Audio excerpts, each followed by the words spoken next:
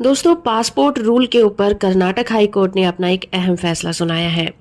आज हम बात करने वाले हैं Shridhar Kulkarni versus Union of India case के बारे में। कर्नाटक हाई कोर्ट ने बताया कि अगर किसी का पासपोर्ट खो जाता है और उसे री इशू कराना है तो पुलिस में एफआईआर कराना क्यों जरूरी है। जस्टिस कृष्ण एस दीक्षित की सिंगल बेंच इस केस की सुनवाई कर रही थी।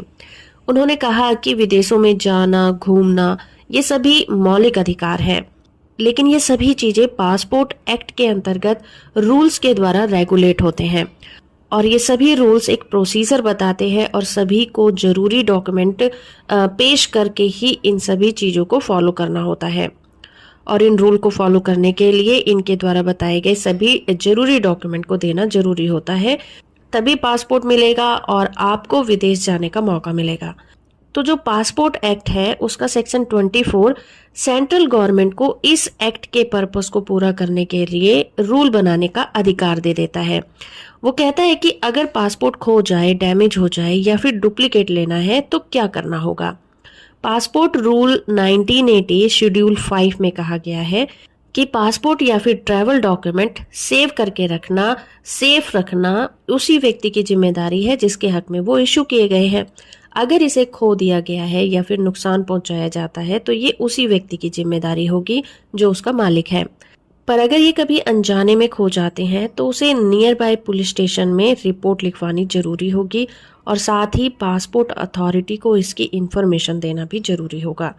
साथ ही साथ रूल एफ में खोए या फिर डैमेज हुए पासपोर्ट के बदले नया पासपोर्ट इशू कराने के लिए भी एप्लीकेशन में ये बताना जरूरी होगा कि पासपोर्ट कब और कैसे खोया था, पुलिस में इसकी इंफॉर्मेशन कब दर्ज कराई गई थी और क्या कभी पहले भी पासपोर्ट गुम हुआ था या फिर नहीं हुआ था। तो आते हैं अपने मामले पर। ये मामला जुड़ा है पासपोर्ट के खो जाने के बाद री इशू कराने का। आरोपी ने इस मामले में Maneka Gandhi versus Union of India के सुप्रीम कोर्ट के द्वारा दिए गए फैसले का जिक्र किया। इस फैसले में कहा गया था कि यात्रा करने का अधिकार एक मौलिक अधिकार होता है, इसीलिए रीजनल पासपोर्ट ऑफिसर की ड्यूटी है कि अगर पासपोर्ट खो गया है तो वो नया पासपोर्ट को इशू कर दे। लेकिन इस केस में स्टेट की तरफ से पेश हुए एडवोकेट सब solicitor general Shanti Bhushan H ने इसका सिरे से विरोध किया और कहा कि बेशक ये हमारा मौलिक अधिकार है कि हमें पासपोर्ट इशू होना चाहिए, पर ये पासपोर्ट एक्ट के सेक्शन 1967 के प्रोविजन के तहत रेगुलेट किया जाता है। ऐसा नहीं है कि पेटिशनर को पहले पासपोर्ट नहीं दिया गया था, लेकिन उसने इसे खो दिया है और ये मामला री इशू करवाने का है। उन्होंने कहा कि इस एक्ट के सेक्शन 17 के तहत पासपोर्ट जो है वो सेंट्रल गवर्नमेंट की प्रॉपर्टी है। दोनों पार्टीज को सुनने के बाद हाई कोर्ट ने फैसला किया कि मजिस्ट्रेट ने विदेश यात्रा करने की इजाजत जरूर दे दी है, मगर इसके लिए पासपोर्ट की जरूरत होती है और इस मामले में पासपोर्ट खो गया है और री इशू कराना अभी बाकी है। और री इशू कराने के लिए कुछ डॉक्यूमेंट डिसाइड किए गए हैं जो कि एप्लीकेंट को देने होते हैं, उसके बाद ही पासपोर्ट मिल पाता है।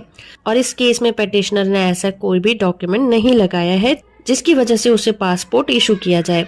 अगर पेटिशनर जरूरी डॉक्यूमेंट को एप्लीकेशन के साथ अटैच करके फीस पे करेगा तो उसकी एप्लीकेशन पर आरपीओ जरूर एक्शन लेगा और उसे पासपोर्ट जरूर मिलेगा। तो फ्रेंड्स, ये था कर्नाटक हाई कोर्ट का पासपोर्ट रूल को लेकर एक अहम फैसला। होप कि आपको ये वीडियो इन्फॉर्मेटिव लगा होगा। वीडियो इन्फॉर्मेशन अच्छा है तो आप इसे लाइक, शेयर और चैनल को सब्सक्राइब करना बिल्कुल मत भूलिएगा।